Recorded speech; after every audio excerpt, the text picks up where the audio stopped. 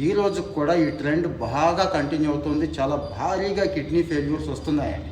నాకు తెలిసి జనాభాలో ఎక్కువ శాతం సింగిల్ కిడ్నీతో నెట్టుకొచ్చేస్తున్న వాళ్ళు కూడా ఉన్నారు. మరి డబుల్ కిడ్నీలు పోయినా పర్వాలేదు, డయాలసిస్ చేయించుకుందాం అనుకుందామా, ఈ అలవాట్లు మానేద్దామా?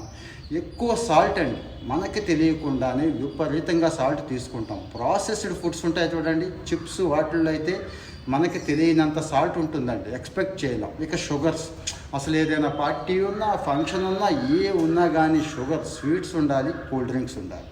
పైపెచ్చు ఖాళీగా ఉంటామంటే మీకు తెలుసండి, మందు కొట్టాలి, దమ్ము కొట్టాలి.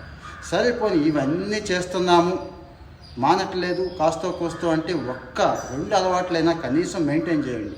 ప్లెంటీగా, బాగా సమృద్ధిగా నీరు తాగడం, మంచి ఫైబర్ ఉన్న ఫుడ్స్, న్యాచురల్ ఫుడ్స్ తీసుకోవడం, రెగ్యులర్గా వ్యాయామం చేయడం, కనీసం వాకింగ్ అయినా చేయటం